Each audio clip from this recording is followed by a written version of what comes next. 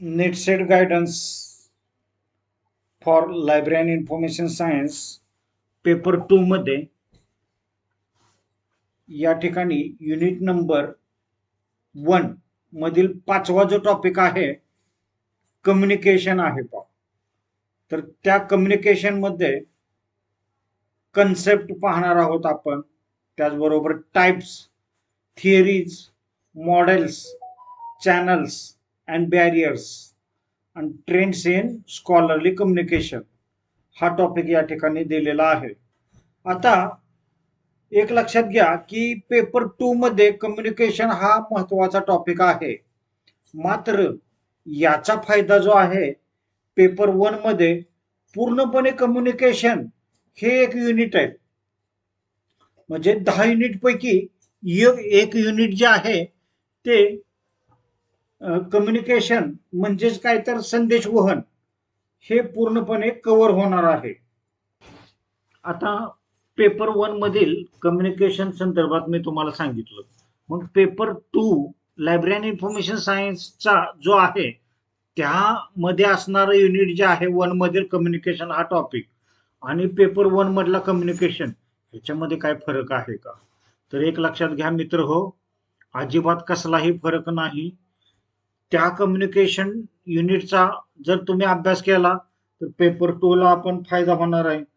आणि पेपर 2 मधील आता जे हे युनिट आहे आणि ह्या युनिट मधला हा 5वा जो टॉपिक आहे हा केल्यानंतर पेपर 1 मधील पूर्ण युनिट या ठिकाणी कव्हर होणार आहे. त्यामुळं दुहेरी फायदा या ठिकाणी आहे. जसं की ICT आहे, इन्फॉर्मेशन अँड कम्युनिकेशन टेक्नॉलॉजी, जसं की रिसर्च मेथडॉलॉजी आहे. म्हणजे लायब्ररी अँड इन्फॉर्मेशन सायन्स मधील 3 युनिट जे आहेत ती पेपर 1 मधली 3 युनिट या ठिकाणी कव्हर होत असतात. त्यामुळं या ठिकाणी कम्युनिकेशन पेपर 1 मधला जो आहे त्यामधील सिलेबसमध्ये काय दिलेलं आहे, कम्युनिकेशनची प्रोसेस कशी असते, टाइप्स काय आहेत कम्युनिकेशनचे, त्यामध्ये वर्बल, नॉन वर्बल आहे, नंतर बॅरियर्स ऑफ कम्युनिकेशन आणि मॉडेल्स ऑफ कम्युनिकेशन, त्यामध्ये लासवेल आणि शॅनॉन अँड विवर यांचे मॉडेल.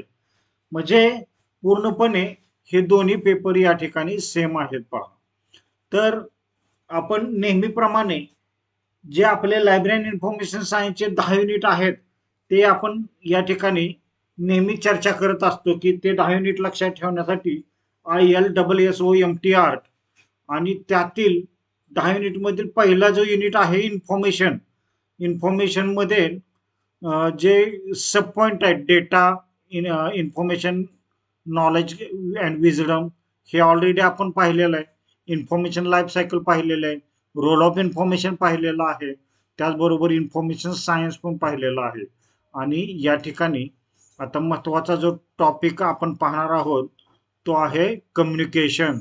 त्यामध्ये कन्सेप्ट म्हणजे कम्युनिकेशन म्हणजे काय, त्यानंतर types, theories, models, channels and barriers आणि ट्रेंड्स इन स्कॉलरली कम्युनिकेशन. आता एक लक्षात घ्या की कम्युनिकेशन म्हणजे काय. तर कम्युनिकेशन याला मराठी भाषेतील पर्यायी शब्द म्हणजे संज्ञापन, संप्रेषण, संदेशवहन, संवाद किंवा दळणवळण होय.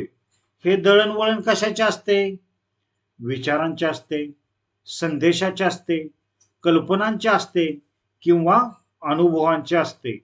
म्हणजे संदेशवहनामध्ये दुसऱ्यांना माहिती देणे किंवा दुसऱ्यांनी दिलेली माहिती समजून घेणे इत्यादी क्रियांचा अंतर्भाव होतो. आता मानवी जीवनाशी संबंधित सर्व क्षेत्रांमध्ये संदेशवहनाचा वापर अधिकाधिक उत्तम व प्रभावीपणे करण्याचा सातत्याने प्रयत्न केला जातो.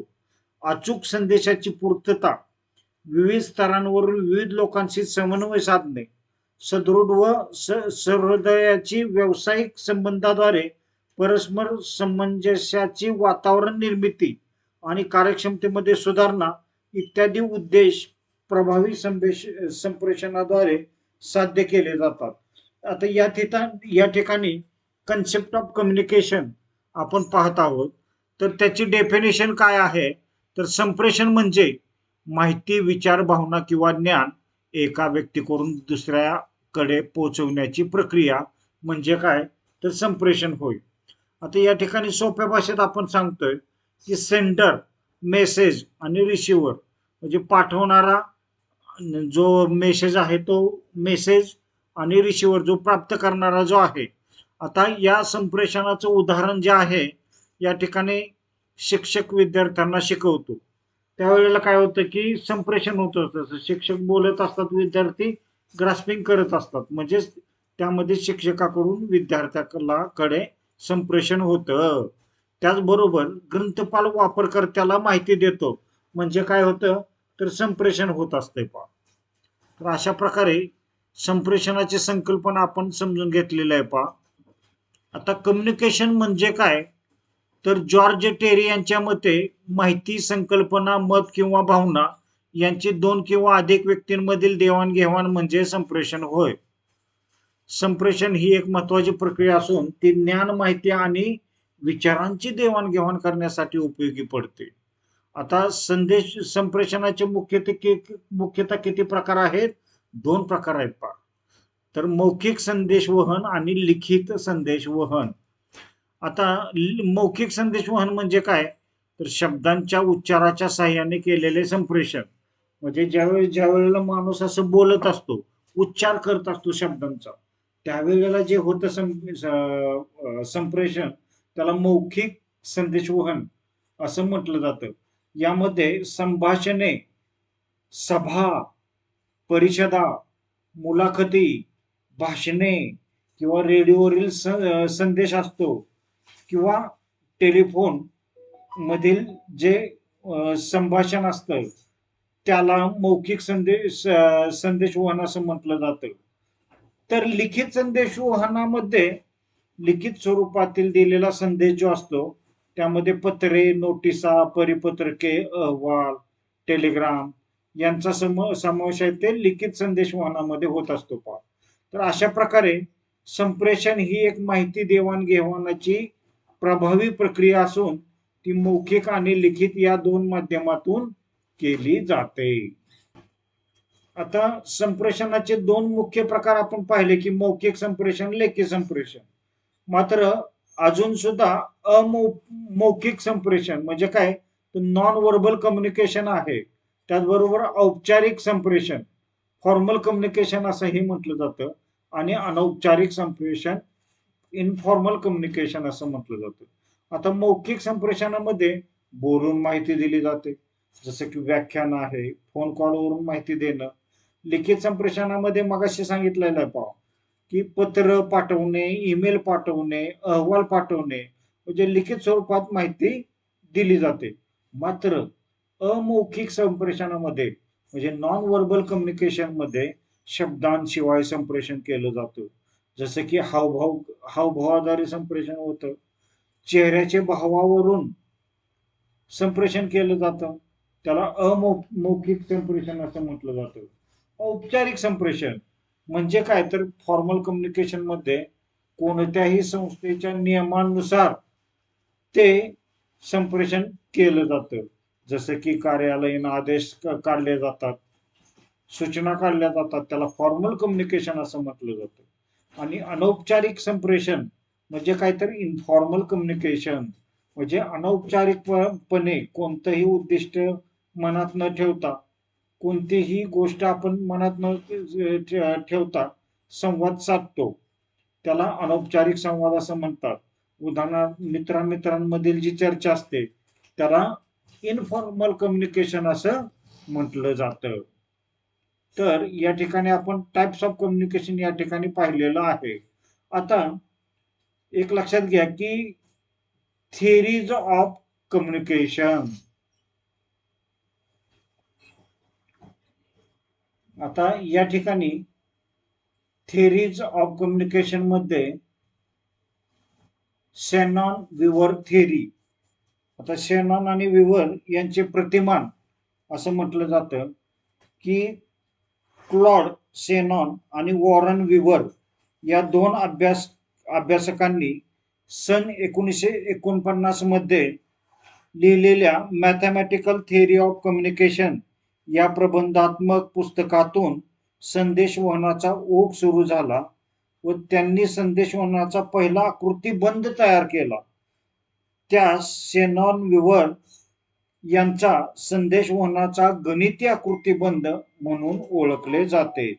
एक लक्षात घ्या की गणिती संदेशवहनाचा गणिती आकृतिबंध म्हणून कोणाच्या थिअरीला ओळखले जाते असं प्रश्न विचारला गेला तर शेनॉन अँड विवर हे याचं उत्तर आहे. तर या आकृतिबंधानुसार संदेशवहन ही एक मार्गी प्रक्रिया मांडली असून या प्रतिमानाला प्रक्रिया प्रतिमान असेही म्हणतात. या प्रतिमानानुसार माहिती व संदेशवहनाची प्रक्रिया पुढील प्रमाणे आहे. तर एक लक्षात घ्या की इथं नॉइज अडथळे यावर भर असतो आणि फोनवर बोलताना नेटवर्कची समस्या येते त्यावेळेस नॉइज येतो, त्यावेळेस कम्युनिकेशन मध्ये अडथळा येतो. हे जे हे केलेलं आहे, प्रतिपादन केलेलं आहे ते शेनॉन विवर यांचे गणितीय प्रतिमानामध्ये त्याचा अंतर्भाव होत असतो.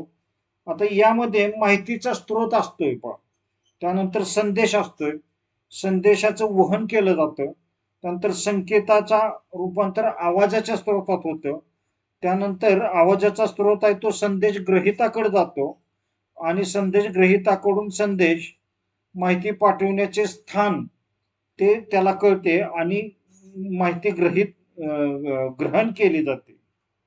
अशा प्रकारे शेनॉन अँड विवर यांनी हा सिद्धांत या ठिकाणी मांडलेला आहे.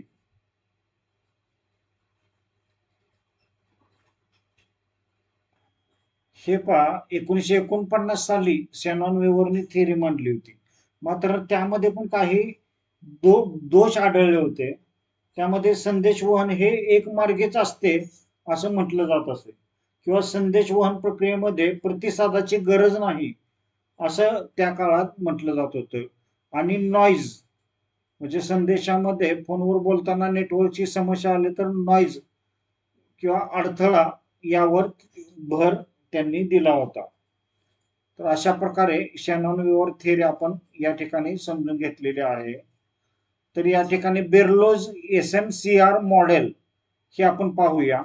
त्यामध्ये बेरलोज यांनी SMCR म्हणजे काय तर S for source, M for message, C for channel, R for receiver. म्हणजे उदाहरणार्थ शिक्षकांनी धडा वर्गामध्ये विद्यार्थ्यांना सांगितला तर त्यामध्ये सोर्स काय आहे, शिक्षक आहे, धडा काय आहे, मेसेज आहे, चॅनल काय आहे, वर्ग आहे आणि रिसिव्हर कोण आहे तर विद्यार्थी आहे. त्यामुळं SMCR हे मॉडेल अशा प्रकारे सांगितलेलं आहे. पहा आता चॅनल्स ऑफ कम्युनिकेशन हे आपण पाहूया की माहिती पोहोचवण्याचे माध्यम अनेक प्रकारचे असते. उदाहरणार्थ ओरल म्हणजे मौखिक बोलणे, रिटन लेखी ईमेलद्वारे बोलणे, डिजिटल जसे की सोशल मीडियाचा वापर केला जातो, वेबसाईटचा वापर केला जातो, त्याचबरोबर व्हिज्युअल चार्ट ग्राफचा वापर करून सुद्धा संप्रेषण केलं जातं. अशा प्रकारे चॅनल्स ऑफ कम्युनिकेशन मध्ये ओरल, रिटन, डिजिटल आणि व्हिज्युअल या गोष्टीचा समावेश होतो. त्याचबरोबर याचं उदाहरण जे आहे ते लायब्ररी मध्ये ओपॅक म्हणजे ऑनलाईन पब्लिक ऍक्सेस कॅटलॉग ते डिजिटल चॅनल आहे. पहा म्हणजे लायब्ररीमधील इन्फॉर्मेशन सर्च करण्यासाठी, लायब्ररीमधील बिब्लिओग्राफिकल इन्फॉर्मेशन सर्च करण्यासाठी ओपॅकचा वापर केला जातो. आणि नोटीस बोर्ड जो आहे त्याला दृश्य चॅनल असं म्हटलं जातं. तर संप्रेषणामधील अडथळे जे आहेत ते या ठिकाणी आपण आता पाहूया. आता शारीरिक अडथळे म्हणजे फिजिकली अडथळे काय येतात, आवाज, अंतर, जर आवाज कमी जास्त होत असेल किंवा अंतर जर होत असेल तर अडथळे निर्माण होतात. उदाहरणार्थ लायब्ररीमध्ये रीडिंग रूम मध्ये जर आवाज केला तर त्या ठिकाणी विद्यार्थ्यांना अभ्यासामध्ये डिस्टर्ब होतो. त्यामुळं बऱ्याच वेळेला फिजिकली अडथळा निर्माण होतो. तसंच मानसिक अडथळे कुठले आहेत, सायकोलॉजिकल, त्याच्यामध्ये भीती आणि गैरसमज. बऱ्याच वेळेला काही गोष्टी करण्याची भीती असते, माणसाच्या मनामधील गैरसमज असतील, त्याला सायकोलॉजिकल म्हटलं जातं. पहा, उदाहरणार्थ विद्यार्थी प्रश्न विचारण्यास घाबरतो. शिक्षकाचा दारार एवढा असतो की विद्यार्थी प्रश्न विचारायलाच घाबरतो, म्हणजे त्यांच्या शंकांचं निरसन होत नाही. त्या विद्यार्थ्याला शिक्षकाविषयी भीती असते, त्याचा गैरसमज असतो की शिक्षक मला रागवतील. त्यामुळे तो एक मानसिक अडथळा सुद्धा संप्रेषणामध्ये होत असतो. त्यानंतर भाषिक अडथळा, भाषा समजत नाही. उदाहरणार्थ इंग्रजी समजत नाही. आता इंग्रजी जर समजत नसेल तर कम्युनिकेशन बॅरियर आला, लँग्वेज बॅरियर आला. त्यामुळं हा एक अतिशय महत्वाचा अडथळा या ठिकाणी मानला जातो. पहा, त्याचबरोबर तांत्रिक अडथळे, त्यामध्ये टेक्निकल म्हणजे नेटवर्क समस्या, इंटरनेट स्लो असणं किंवा इंटरनेट अधूनमधून बंद होणं, ह्या गोष्टींचा अंतर्भाव होत असतो. आता या ठिकाणी स्कॉलरली कम्युनिकेशन ट्रेंड्स मध्ये शैक्षणिक संप्रेषणातील नवीन प्रवाह कोणते आहेत, तर संशोधन व शैक्षणिक माहिती कशी प्रसारित होते याचे आधुनिक स्वरूप म्हणजे ओपन ऍक्सेस. आता नवीन ट्रेंड्स कोणते, तर ओपन ऍक्सेस म्हणजे मोफत संशोधन लेख उपलब्ध असणे. आता डोज नावाचं प्लॅटफॉर्म अवेलेबल आहे, director of open access journal. तर डोजवर ओपन ऍक्सेस मोफत संशोधन लेख मिळू शकतात. त्याचबरोबर ई जर्नल्स, ई जर्नल्स मध्ये ऑनलाईन जर्नल्स अवेलेबल आहेत, एल्सवेअरचे आहेत, स्प्रिंजरचे आहेत. त्याचबरोबर इन्स्टिट्यूशनल रिपॉझिटरीज, हे सुद्धा स्कॉलरली कम्युनिकेशनचे अतिशय महत्वाचं उदाहरण आहे. पहा, कारण इन्स्टिट्यूशनल रिपॉझिटरीमध्ये संस्थेतील संशोधन साठवणे, उदाहरणार्थ शोधगंगामध्ये सगळे रिसर्चचा डेटा साठवला जातो. जसं की पीएचडीचे थेसिस आहेत, सर्व विद्यापीठातील पीएचडीचे थेसिस कुठे ठेवले जातात, तर शोधगंगावर ठेवले जातात. शोधगंगोत्रीवर रिसर्च रिपोर्ट म्हणजे संशोधनाचा आराखडा जो आहे तर तो ठेवला जातो. त्यालाच डिझाईन, रिसर्च डिझाईन असंही म्हणू शकतो आपण. त्याचबरोबर डिजिटल लायब्ररी, हे सुद्धा स्कॉलरली कम्युनिकेशनचा महत्वाचा ट्रेंड आहे. पहा, कारण डिजिटल माहिती संग्रह केला जातो, त्यामुळे डिजिटल लायब्ररीची निर्मिती होत असते. उदाहरणार्थ भारताची नॅशनल डिजिटल लायब्ररी खरगपूर या ठिकाणी आहे. तर त्या ठिकाणी डिजिटल लायब्ररी, डिजिटल डेटाबेसचा संकलन केलेलं आहे तिथं. आता पाचवा आकडा आहे स्कॉलरली कम्युनिकेशन मधील सोशल मीडिया कम्युनिकेशन. तर सध्याच्या काळामध्ये संशोधन हे शेअरिंग करणं गरजेचं आहे, कारण एकाच विषयावर अनेक जण एका वेळेला संशोधन करत असतात. त्यावेळेला डुप्लिकेशन टाळण्यासाठी सोशल मीडिया कम्युनिकेशनचा वापर केला जातो, तर स्कॉलरली कम्युनिकेशन अतिशय उत्तम पद्धती होणार आहे. जसं की रिसर्च गेट आहे, ऑर्चिड आहे, लिंक्डइन आहे, अशा अनेक नेटवर्क्स आहेत, त्याचा वापर करून स्कॉलरली कम्युनिकेशन केलं जातं. अशा प्रकारे या ठिकाणी आपण स्कॉलरली कम्युनिकेशनचे 5 ट्रेंड या ठिकाणी पाहिलेले आहेत. बघा, आता या ठिकाणी संदेशवहन क्रांतीतील महत्वपूर्ण टप्पे दिलेले आहेत.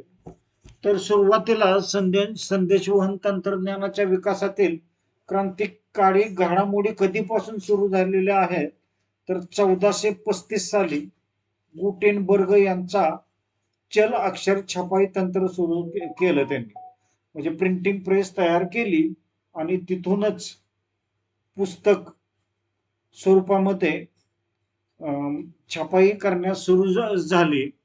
त्यामध्ये अनेक दस्तऐवज आहेत, पुस्तक, प्रलेख, म्हणजे 1435 हे याचं मूळ आहे. पहा, संदेशवहनाच्या क्रांतीतील. त्यानंतर 1836 साली तारयंत्र म्हणजे टेलिग्राफचा शोध सॅम्युअल मोर्स यांनी लावला. आणि टेलिग्राफ म्हणजे तारयंत्र, जुन्या काळात तार पाठवली जायची. पहा, एखादं काय घटना घडली तर तार पाठवली जायची, कारण सगळ्यात फास्ट माध्यम होतं ते तार पाठवण्याचं होतं. 1836 साली त्याचं संशोधन केलेलं आहे सॅम्युअल मोर्स यांनी. हे पण एमसीक्यू मध्ये बऱ्याच वेळेला प्रश्न विचारला जातो. आता 1876 मध्ये अलेक्झांडर ग्रॅहम बेल यांनी टेलिफोनचा शोध लावलेला आहे. त्यामुळं दोन व्यक्ती टेलिफोनवर एकमेकांशी संवाद साधू लागले. 1895 साली ग्लिग्लिएमो मार्कोनी यांनी बिनतारी संदेश म्हणजे रेडिओ, आता बऱ्याच वेळाला FM ऐकलं जातं. सध्या काळात संदेशवहन FM द्वारे रेडिओद्वारे केलं जातं. मात्र मार्कोनी यांनी बिनतारी संदेशवहनाचा शोध लावला, म्हणजे वायरलेस असल्यासारखं. त्यांनी बिनतारी संदेशाचा शोध 1895 साली लावलेला आहे. त्यामुळं जगामध्ये रेडिओ अस्तित्वात आलेले आहे. आता 1895 साली लुमियर बंधूचा सिनेमा त्यांनी तयार केलेला आहे 1895 साली. आणि 1927 साली फिलो फ्रान्सवर्थ याचा पहिला टेलिव्हिजन संच तयार झाला.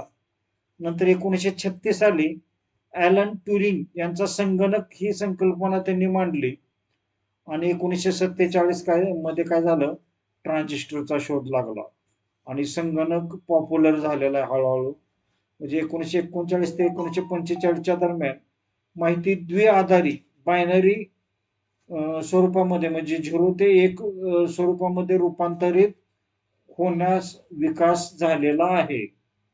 नंतर 1958 मध्ये मायक्रोचिपचा शोध लागला आणि 1969 मध्ये आर्पानेट म्हणजे इंटरनेटची सुरुवात. संगणकांमधील संप्रेषणामध्ये सर्वात मोठी क्रांती काय झाली तर 1969 मध्ये आर्पानेट ने इंटरनेटची सुरुवात केलेली आहे.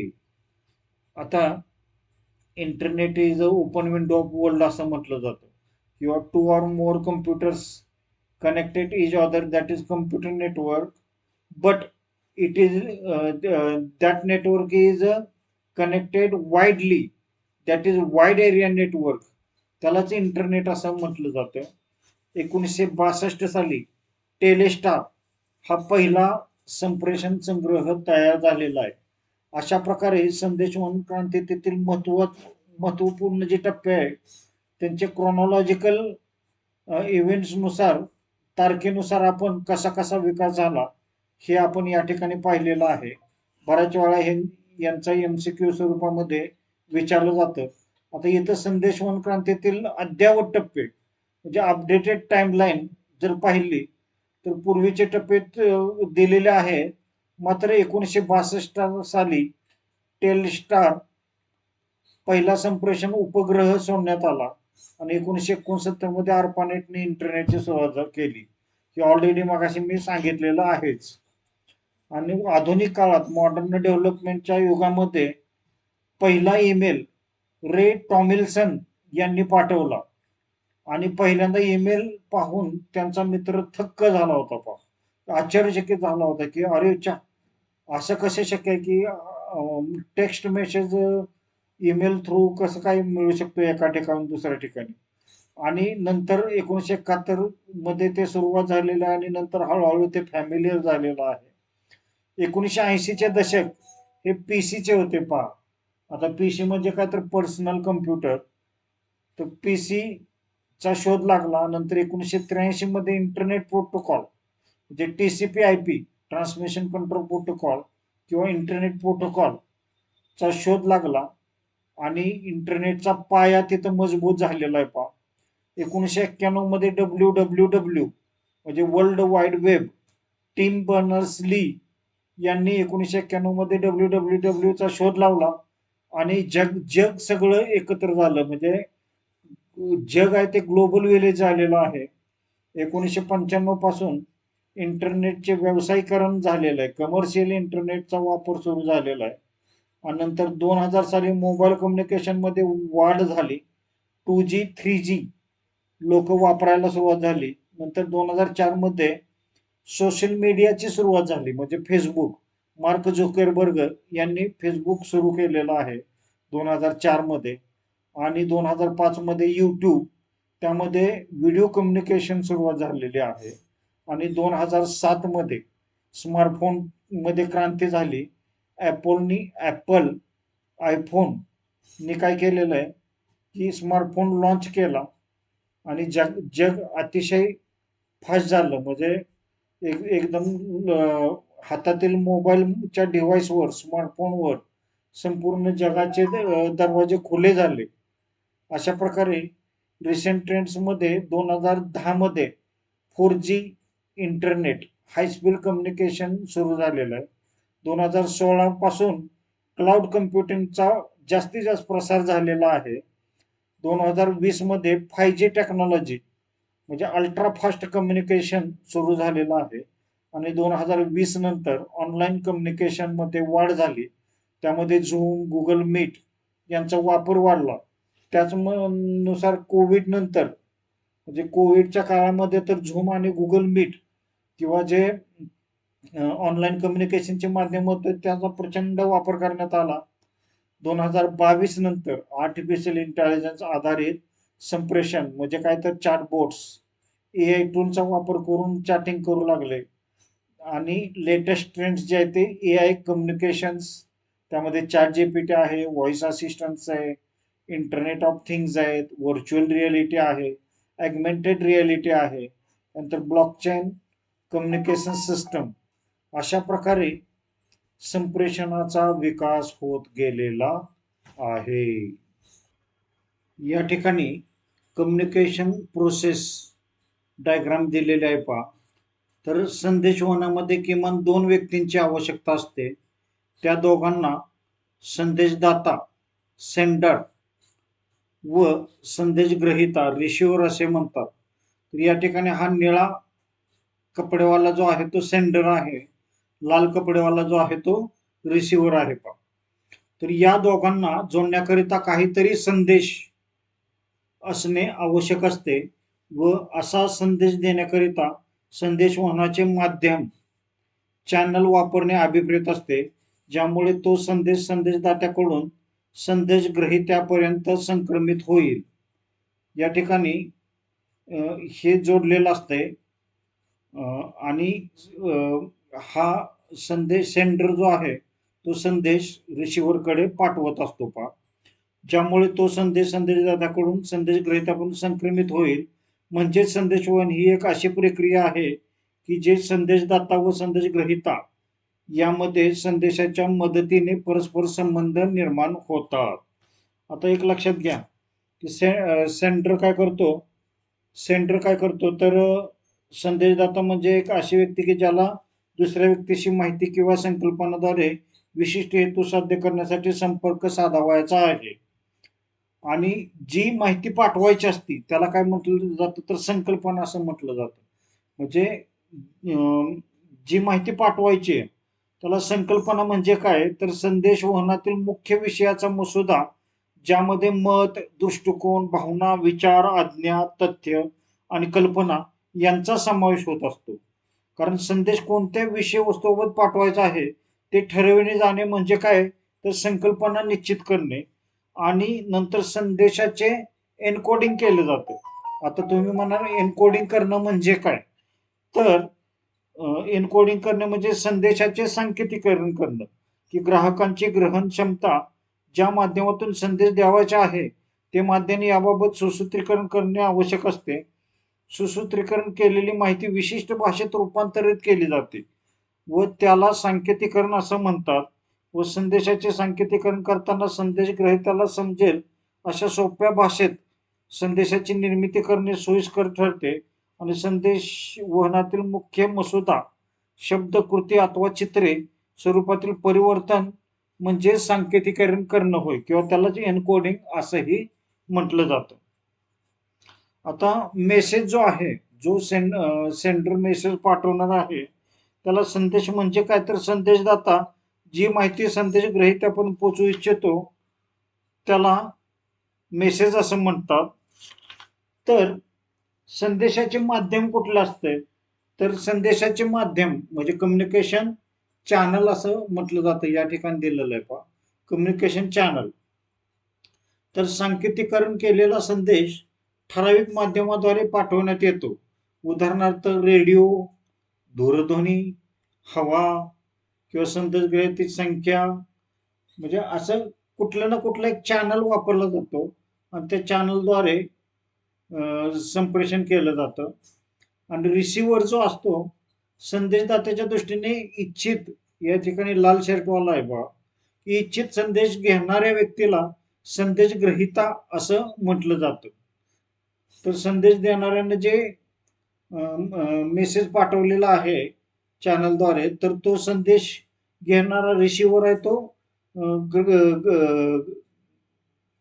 घेतो, तो संदेश घेतो आणि तो काय करतो की संदेश ग्रहिताकडून संदेशात इच्छित प्रतिसाद मिळवायचा असतो. जो सेंडर असतो त्याला प्रतिसाद मिळवायचा असतो. त्यामुळे संदेश ग्रहित्याला जर योग्य शब्द तो योग्य प्रकारे संदेश प्राप्त झाला तरच त्या संदेशाचा अपेक्षित अर्थ लावला जाईल व संदेशवहन प्रक्रिया पूर्ण होईल. आणि संदेशाचे विसंकेतीकरण करणे म्हणजे काय तर डिकोडिंग करणे, म्हणजे संदेश ग्रहित्याला संदेश प्राप्त झाल्यानंतर त्या संदेशाचा अर्थ लावण्याची प्रक्रिया म्हणजे संदेशाचे विसंकेतीकरण करणं होय, म्हणजे डिकोडिंग करणं. आणि संदेश रिसिव्हर जो आहे तो प्राप्त झालेल्या संदेशावर संदेश ग्रहितेची प्रतिक्रिया म्हणजे प्रतिसाद दिला जातो. म्हणजे संदेशदात्याने पाठवलेल्या संदेशाचा अर्थ दोहोंना समान राहिल्या उद्देशाने संदेशाचे आकलन केले जाते आणि त्याचा प्रतिसाद त्याला कळवला जातो. अशा प्रकारे कम्युनिकेशनची प्रोसेस या ठिकाणी पूर्ण होत असते.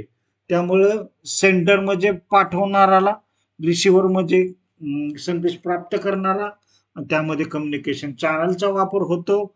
संदेश देणारा असतो तो एन्कोडिंग करतो, रिसिव्हर आहे तो इन्फॉर्मेशन मिळाल्यानंतर डिकोडिंग करतो आणि परत प्रतिसाद देतो. अशा प्रकारे कम्युनिकेशनची प्रोसेस या ठिकाणी चालत असते. पहा, तर आता आपण कम्युनिकेशन विषयी सर्व थिओरॉटिकल माहिती पाहिली, पण सेटनेटच्या परीक्षांमध्ये किंवा इतर स्पर्धा परीक्षांमध्ये बऱ्याच वेळेला एमसीक्यू स्वरूपात प्रश्न विचारले जातात. तर ते कसे विचारले जातात ते आता आपण पाहूया. प्रश्न पहिला आहे पहा, कम्युनिकेशन या शब्दाचा उगम कोणत्या भाषेतून झालेला आहे? तर या ठिकाणी ग्रीक, लॅटिन, फ्रेंच आणि जर्मन भाषा दिलेल्या आहे. मात्र कम्युनिकेशन या शब्दाचा उगम लॅटिन भाषेतून झालेला आहे. तर लॅटिनमध्ये COMMUNIS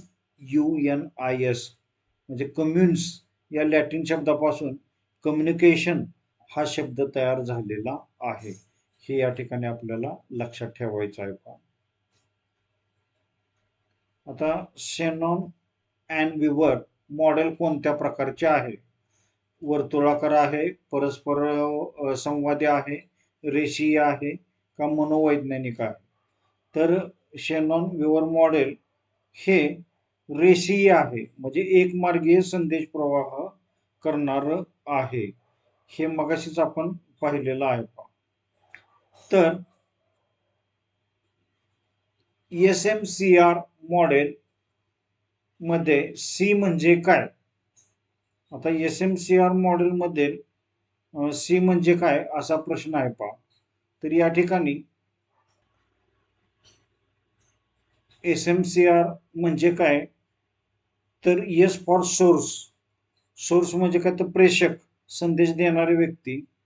सी फॉर कम्युनिकेशन,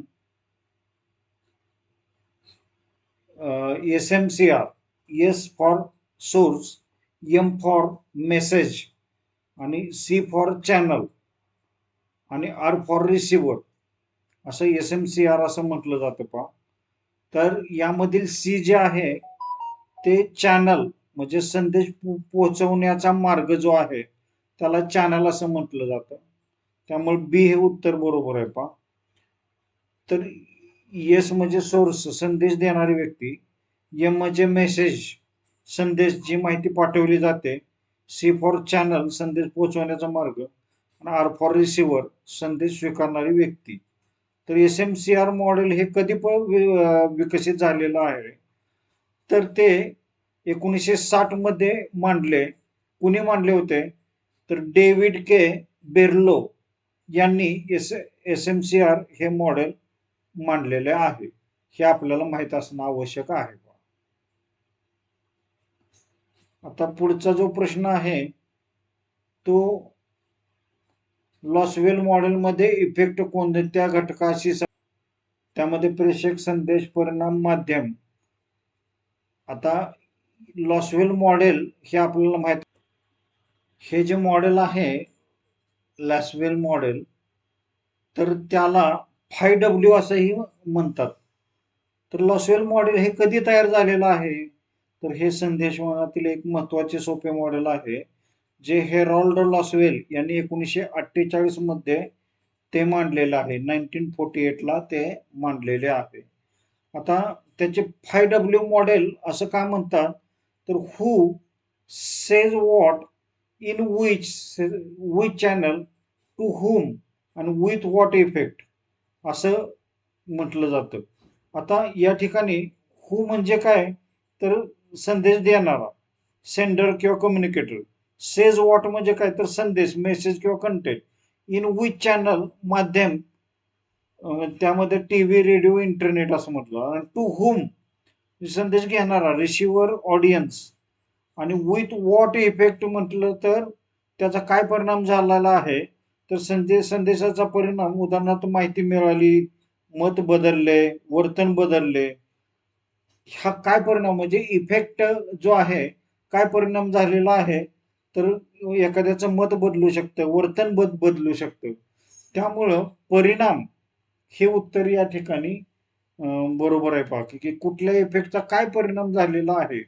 त्यामुळं लॉसवेल मॉडेलमध्ये इफेक्ट कोणत्या घटकाशी संबंधित आहे, तर परिणाम या घटकाशी संबंधित आहे.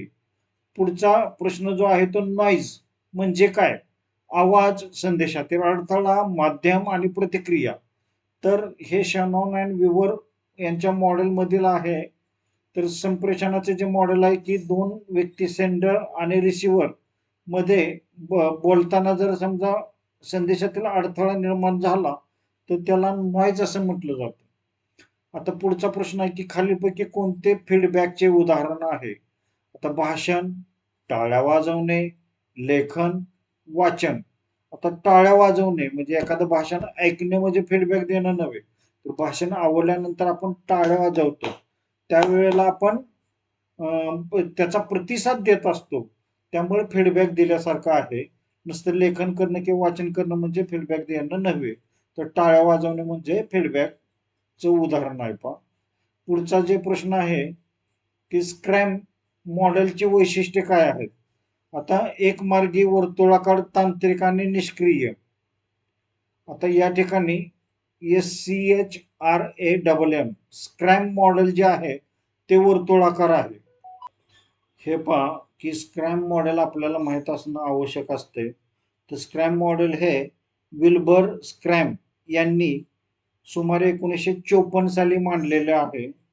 आता ते वर्तुळाकार आहे का कसं आहे हे कसं कळणार आहे आपल्याला, तर एक लक्षात घ्या की जर टाइमलाईन चार्टचा विचार केला तर ते वर्तुळाकार असते, कारण त्यामध्ये काय असते, प्रेषक आणि ग्रहिता दोघेही संदेश देतात व घेतात, म्हणजे काय तर फीडबॅक सहित घेतात. तर त्याला स्क्रॅम मॉडेल असं म्हटलं जातं.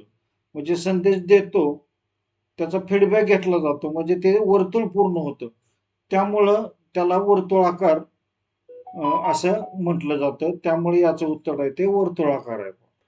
आता प्रश्न असा आहे की टू स्टेप फ्लो थेरी मध्ये कोण महत्वाचे असतात, मीडिया, सरकार, ओपिनियन लीडर्स आणि संस्था. तर टू स्टेप फ्लो थेरी हे संदेशवहनातील महत्वाचा सिद्धांत आहे जे पाऊल लझारसेल आणि कार्ड्स यांनी मांडला. तर यातील मुख्य आयडिया म्हटलं तर संदेश थेट सर्व लोकांपर्यंत पोहोचत नाही, तो दोन टप्प्यांमध्ये पसरतो, जे दोन टू स्टेप मध्ये पसरतो. एक म्हणजे मास मीडिया, दुसरं म्हणजे ओपिनियन लीडर्स म्हणजे सामान्य लोक.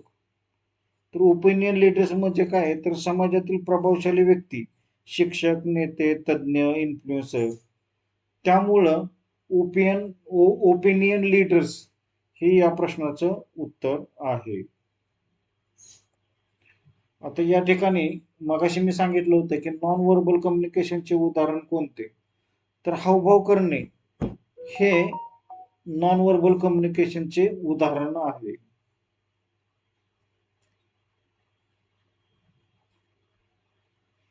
त्यानंतर ग्रॅफिवाईन कम्युनिकेशन कसे असते, तर ते औपचारिक नसते, लेखी नसते, तांत्रिक नसते, म्हणजे अनौपचारिक असते. पहा पुढचा प्रश्न आहे एन्कोडिंग म्हणजे काय, तर एन्कोडिंग म्हणजे संदेश तयार करणे. सेंडर असतो तो काय करतो, संदेश तयार करतो, त्याला एन्कोडिंग असं म्हटलं जातं. म्हणजे बी हा ऑप्शन या ठिकाणी बरोबर आहे. तर डिकोडिंग काय की संदेश समजून घेणे. डिकोडिंग म्हणजे काय, तर संदेश समजून घेतला जातो.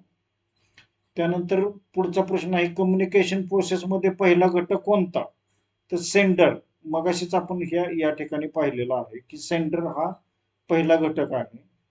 आता सायकोलॉजिकल बॅरियरचे उदाहरण आवाज, अंतर, भावना आणि भाषा.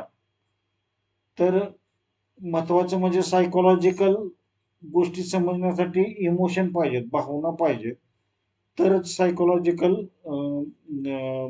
समजणार आहे. तर भावना नसतील तर ते एक भावना हा अडथळा असतो की भावना कमजोर असेल, त्याची मनस्थिती नसेल तर तो कसा ऐकू शकतो. त्यामुळे भावना हा सायकोलॉजिकल बॅरियरचं उदाहरण आहे. त्याचबरोबर सिमॅन्टिक बॅरियर म्हणजे काय, तर भाषेचा अडथळा. लँग्वेज बॅरियर असतो त्याला सिमॅन्टिक बॅरियर असं म्हणतात. ते तांत्रिक पण नाही, अंतर नाही किंवा माध्यम नाही. तर भाषेचा अडथळा हा सिमॅन्टिक बॅरियर आहे. फॉर्मल कम्युनिकेशनचे उदाहरण कुठले, तर अफवा, सोशल मीडिया, अधिकृत पत्र आणि मित्रांशी चर्चा. तर इनफॉर्मल मध्ये मित्रांशी चर्चा होते, पण फॉर्मल मध्ये काय तर अधिकृत पत्र काढलं जातं आणि लोकांना सांगितलं जातं. त्यामुळे फॉर्मल कम्युनिकेशनला अधिकृत पत्र हे याचे उत्तर आहे. पहा आता हॉरिझॉन्टल कम्युनिकेशन म्हणजे काय, तर ते हॉरिझॉन्टल हे समान स्तरावर असते, म्हणजे वरून खाली नाहीये, खालीवर नाहीये किंवा बाह्य नाही, तर ते समान स्तरावर कम्युनिकेशन होत असते. त्यामुळं त्याला समान स्तरावरील हॉरिझॉन्टल कम्युनिकेशन असं म्हटलं जातं. अपवर्ड कम्युनिकेशन म्हणजे खालीवर कम्युनिकेशन, म्हणजे खालून वरपर्यंत. त्यानंतर डाऊनवर्ड कम्युनिकेशन मध्ये वरून खाली, जे वरून खाली जे कम्युनिकेशन असतं त्याला डाऊनवर्ड कम्युनिकेशन असं म्हटलं जातं. आता कम्युनिकेशनचे मुख्य उद्दिष्ट कोणते, मनोरंजन करणे, माहिती घेणे, गोंधळ करणे किंवा शांतता ठेवणे. आता यामध्ये मनोरंजन, गोंधळ आणि शांतता नाही उत्तर. माहिती देणे, कम्युनिकेशनचे मुख्य ते माहिती एका व्यक्तीपासून दुसऱ्या व्यक्तीपर्यंत माहिती पोचते, म्हणजे माहिती दिली जाते. पुढचा प्रश्न आहे शॅनॉन विवर थेअरी कोणत्या क्षेत्राशी संबंधित आहे, तर हे एक मॅथमॅटिकल असते. पहा तर गणित या विषयाशी संबंधित आहे. मॅजिक बुलेट थेअरी दुसऱ्या नावाने ओळखली जाते, तर हायपोडर्मिक निडल थेअरी म्हणून ओळखली जाते, मॅजिक बेल्ट थेअरी. आता तुम्ही म्हणाल की मॅजिक बेल्ट थेअरी म्हणजे काय, सॉरी, मॅजिक बुलेट थेअरी असं म्हटलं जातं. की मॅजिक बुलेट थेअरी म्हणजे काय, तर मॅजिक बुलेट सिद्धांत हा संदेश वहनातील एक प्रारंभीचा सिद्धांत म्हणून ओळखला जातो. त्या सिद्धांताचे जनक जे आहेत ते हॅरोल्ड लॅसवेल यांच्या विचाराशी संबंधित हा सिद्धांत मांडलेला आहे. आता याची बेसिक आयडिया काय, तर मास मीडियाचा प्रभाव थेट आणि शक्तिशाली असतो आणि संदेश लोकांच्या मनावर सरळ परिणाम करतो. याला हायपोडर्मिक निडल थेअरी किंवा मॅजिक बुलेट थेअरी, जादूची गोळी असंही म्हटलं जातं. त्यामुळं मॅजिक बुलेट थेअरीलाच हायपोडर्मिक निडल थेअरी असंही म्हटलेलं आहे. पहा त्याला जे इंजेक्शन सिद्धांत असंही म्हटलं जातं. हायपोडर्मिक निडल थेअरी, निडल म्हणजे इंजेक्शन आणि मॅजिक म्हणजे काय, तर जादूची गोळी. फीडबॅक नसलेले मॉडेल कोणते असा प्रश्न आहे, तर यात स्क्रॅम, बेरलो, ओसगुड आणि इंटरॅक्टिव्ह. तर बेरलो जे आहे ते फीडबॅक नसलेले मॉडेल आहे. कम्युनिकेशन मध्ये चॅनल म्हणजे काय, तर माध्यम आहे. पहा मगाशी पाहिले आपण. प्रश्न 25वा, मास कम्युनिकेशनचे उदाहरण. टीव्ही हे मास कम्युनिकेशनचे उदाहरण आहे. ऑर्गनायझेशनल बॅरियर कशामुळे येतो, भाषा, रचना, भावना आणि आवाज. तर रचना जर व्यवस्थित नसेल तर ऑर्गनायझेशनल बॅरियर येतो. कल्चरल बॅरियर म्हणजे काय, तर आवाज, भाषा, सांस्कृतिक ते फरक. माध्यम, तर संस्कृतीतील फरक म्हणजे कल्चरल बॅरियर होईल. यूज अँड ग्रॅटिफिकेशन थेअरीमध्ये कोण सक्रिय असतो, तर यूज अँड ग्रॅटिफिकेशन थेअरीमध्ये प्रेक्षक हा अतिशय महत्वाचा असतो, तो सक्रिय असतो. स्कॉलरली कम्युनिकेशन मध्ये प्रीप्रिंट सर्व्हरचे उदाहरण कोणते, ARXIV. स्कॉलरली कम्युनिकेशन मध्ये प्रीप्रिंट सर्व्हरचे उदाहरण म्हणजे ARXIV. ओपन ऍक्सेस म्हणजे काय, तर मुक्त प्रवेश. पुढचा प्रश्न आहे, ईमेल हा कोणत्या प्रकारचा संप्रेषण आहे, तर ईमेल हे लेखी प्रकारचे संप्रेषण आहे, ऑलरेडी पाहिलेलं आपण. टेलिकम्युनिकेशन कसा असतो, मौखिक असतो. बॉडी लँग्वेज कोणत्या प्रकारात येते, बॉडी लँग्वेज जिथं व्यक्त होता येत नाही, अव्यक्त या प्रकारात येते. लासवेल मॉडेल कशावर आधारित आहे, तर ते इफेक्टवर आधारित आहे, मगाशी पाहिलेलं आहे आपण. नंतर बेर्लो मॉडेल मध्ये किती घटक आहेत, तर 4 घटक आहेत. स्क्रामा मॉडेल कसा आहे, तर वर्तुळाकार आहे. सोशल मीडिया कोणत्या प्रकारचा चॅनल आहे, डिजिटल मीडिया प्रकारचा चॅनल आहे, डिजिटल आहे तो. जर्नल्स कोणत्या प्रकारच्या संप्रेषणात येतात, तर शैक्षणिक संप्रेषणात येतात.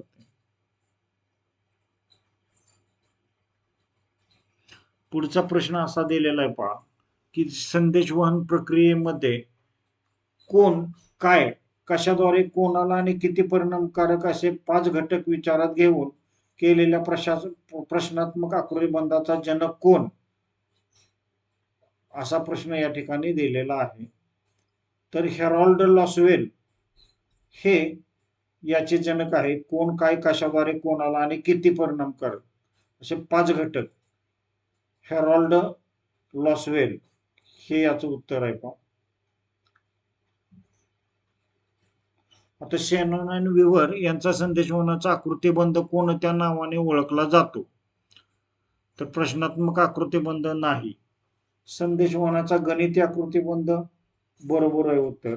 आयताकृती आकृतीबंध चुकीचं आहे. सर्वसाधारण आकृतीबंध म्हणजे संदेशवहनाचा गणिती आकृतीबंध हे उत्तर या ठिकाणी बरोबर आहे, मॅथमॅटिकल. प्रश्न क्रमांक 14, दूरदर्शनचा मानवी वर्तनावर होणारा परिणाम यावर आधारित संदेशवहनाचे प्रतिमान कोणी निर्माण केले, तर याचं उत्तर आहे जॉर्ज कॉमस्टॉक व इतर. कारण जॉर्ज कॉमस्टॉक यांनी दूरदर्शनचा मानवी वर्तनावर परिणाम, मीडिया इफेक्ट यावर संशोधन केलेले आहे आणि त्याच्या अभ्यासावर आधारित हे प्रभाव आधारित मॉडेल विकसित झाले. त्यामुळे याचं उत्तर आहे जॉर्ज कॉमस्टॉक व इतर. पुढचा प्रश्न आहे प्रश्न क्रमांक 42, संदेशवहन प्रक्रियेतील मूलभूत घटक कोणते, तर इथं प्रेषक, संदेश प्रक्रिया, माध्यम, संदेश प्रेषक, विचार प्रक्रिया, प्रेषक संदेश माध्यम, ग्राहक आणि संदेश प्रेषक वैशिष्ट्य माध्यम. तर एक लक्षात घ्या की प्रेषक पहिल्यांदा असतो, नंतर संदेश असतो, त्यानंतर माध्यम असतो आणि शेवटी ग्राहक असतो. त्यामुळं अ मध्ये प्रेषक सुरुवात दिलाय पण शेवटी माध्यम दिलं. तर या क हे एकदम ऍक्युरेट उत्तर आहे पहा, प्रेषक, संदेश, माध्यम आणि ग्राहक. पुढचा प्रश्न आहे प्रश्न क्रमांक 43, संदेशदाता व संदेश ग्रहिता यांच्या अनुभव क्षेत्रे भिन्न असतात पण त्यातील जो सामायिक भाग असतो तो संप्रेषण होतो असे मत कोणी मांडले, तर टेरी पेज व थॉमस यांनी हे मत मांडलेले आहे. संदेशवहनाचा पहिला आकृतीबंध कोणी तयार केला, अरिस्टॉटल यांनी संदेशवहनाचा पहिला आकृतीबंध तयार केलेला आहे. जेव्हा संदेशाचे विसंकेतीकरण डिकोडिंग नीट होत नाही तेव्हा काय होते, तर संदेश ग्रहण अचूकपणे होत नाही. म्हणजे संदेश वहन नाही, संदेश ग्रहण अचूकपणे होत नाही. ब हे उत्तर बरोबर आहे. इथं संदेश वहन अचूकपणे होत नाही दिले, संदेश ग्रहण अचूकपणे होते. संदेश ग्रहणात अचूकता व वास्तवता असते, हे चुकीचं आहे. तर जेव्हा संदेशाचे विसंकेतीकरण नीट होत नाही तेव्हा संदेश ग्रहण अचूकपणे होत नाही. तर अशा प्रकारे आपण पेपर नंबर 1 साठी जे कम्युनिकेशन म्हणजे काय, संप्रेषण म्हणजे काय, किंवा संदेश वहन म्हणजे काय, संदेश वहनाचे प्रकार कोणते, पद्धती कुठल्या, संदेश वहनाचे मॉडेल्स कुठले आहेत, तर या सर्व गोष्टी आपण पाहिलेल्या आहेत. आणि आपण त्याच्या MCQ सुद्धा या ठिकाणी आपण पाहिलेल्या आहेत. Thank you very much.